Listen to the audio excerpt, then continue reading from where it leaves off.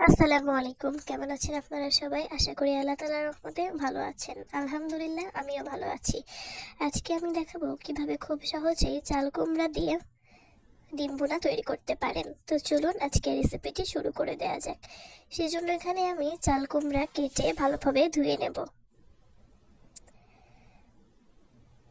চাল কুমড়া ভালোভাবে ধুয়ে নেওয়া হয়ে গেছে।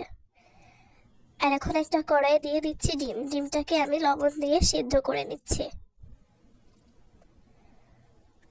ডিমটা সিদ্ধ হয়ে এলে তুলে ফেলতে হবে।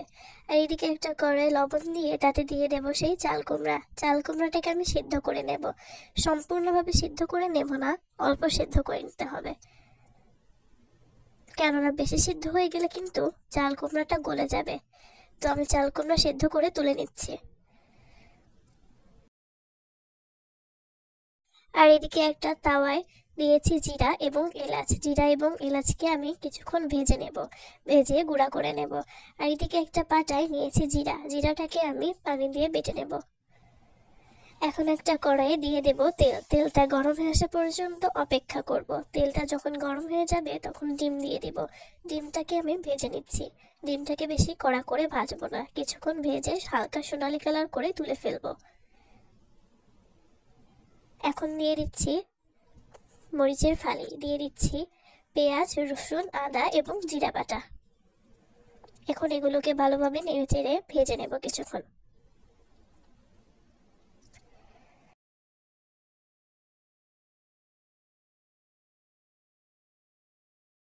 কিছুক্ষণ নেড়েচেড়ে ভেজে নিতে হবে।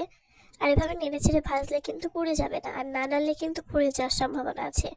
এভাবে কিছুক্ষণ ভেজে নেওয়া হয়ে গেছে। তো এখন আমি দিয়ে দিচ্ছি অল্প একটু পানি। পানিটা দিয়ে আমি এটাকে কিছুক্ষণ নেড়েচেড়ে মিশিয়ে নেব। মেশানো হয়ে গেলে দিয়ে দিচ্ছি মরিচের গুঁড়া, সাথে দিয়ে দেব ধনিয়া গুঁড়া, আর দিয়ে দিচ্ছি হলুদের গুঁড়া। এখন দিয়ে দিব তেজপাতা। এখন এটাকে নেড়েচেড়ে কিছুক্ষণ মিশিয়ে ভালোভাবে কষিয়ে নেব।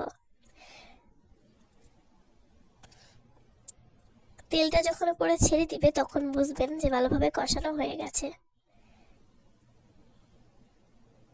এটাকে এখন আমি নেড়েচেড়ে ভালোভাবে কষিয়ে নিচ্ছি। আর কিছুক্ষণ কষানো হয়ে গেছে, এখন দিয়ে দিচ্ছি অল্প একটু পানি। পানিটা দিয়ে আমি এটাকে মিশিয়ে নিচ্ছি। এখন দিয়ে দেবো সেই চাল কুমড়া। চাল কুমড়াটা দিয়ে এটাকে আমি এখন নেড়েচেড়ে দেব।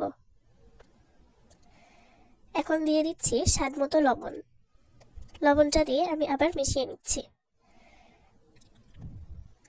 এভাবে কিছুক্ষণ রান্না করার পর দিয়ে দেব সেই ডিম। ডিমগুলো দিয়ে এখন আমি এটাকে আবার কিছুক্ষণ ধরে নেড়েচেড়ে মিশিয়ে নেব। এইভাবে কিছুক্ষণ ঢাকনা দিয়ে মাঝে মাঝে ঢাকনা তুলে নেড়েচেড়ে নিতে হবে। আর ঝোলটা যখন আস্তে আস্তে কমে যাবে তখন দেখতে বুঝতেই পারবেন আপনার রান্নাটা প্রায় শেষ হয়ে গেছে।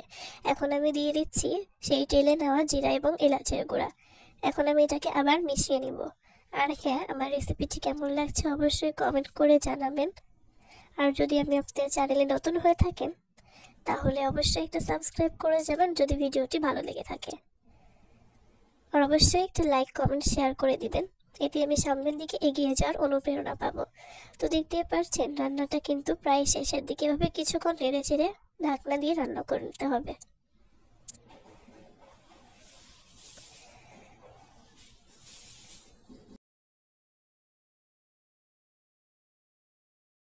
রান্নাটা কিন্তু প্রায় শেষের দিকে। আর হ্যাঁ, এই রেসিপিটা কিন্তু অনেক বেশি মজা হয়েছিল। আর যে কেউ এই রেসিপিটা দেখে কিন্তু তৈরি করতে পারে, পারফেক্ট হবে তার রেসিপিটি। আশা করবো আজকের রেসিপিটি ভালো লেগেছে। নতুন কোনো ভিডিওতে নতুন রেসিপি নিয়ে হাজির হয়ে যাব। সেই পর্যন্ত সবার জন্য অনেক বেশি দোয়া ও অনেক বেশি শুভকামনা রইল। সবাই ভালো থাকবেন, সুস্থ থাকবেন, সবার জন্য অনেক অনেক বেশি দোয়া। আজকের মতো বিদায়, সবাই ভালো থাকবেন। আল্লাহ হাফেজ।